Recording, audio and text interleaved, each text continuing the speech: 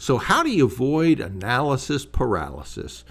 Engineers are particularly prone to this, and that is looking at all kinds of data that isn't necessary to make the decision that needs to be made at the time. It may be needed later on, but initially not so.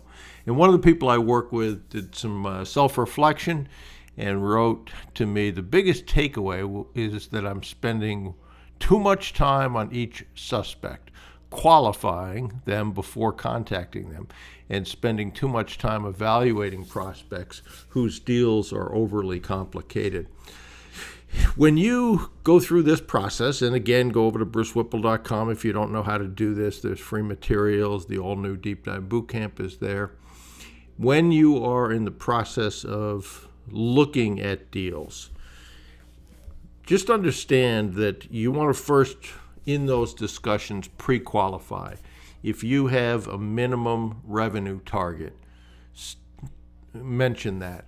Minimum profit, mention that. You don't need to ask them, what is your profit? What is your revenue? But you can say, would it be helpful if I gave you our criteria? And you might say, my criteria is $3 million in sales and a 30% minimum gross margin. Is that within where your business is? If the answer is no, you might ask another question or two, but there's no sense in going through the whole rest of it. That's a next at that point, if your criteria you know and is what you're looking for. And then eventually you will need some information on the prospect. But initially, a balance sheet, a P&L for the past 2 years and one current year to date, that's enough to let you know, is there profit here? Are there problems with it? Do the tax returns match up with the income and expenses? If not, that's a problem as well. But it ought to take you 2 to 5 minutes to determine whether the dog hunts. Again, you will need more information, but initially, that's all it's going to require. And so as you're thinking about this process, think about how you become more efficient.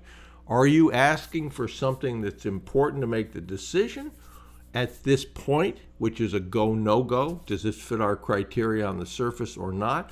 Or are you looking at a ton of details that, yes, you might need to know later on, but you don't need to know if there's a potential deal to be made?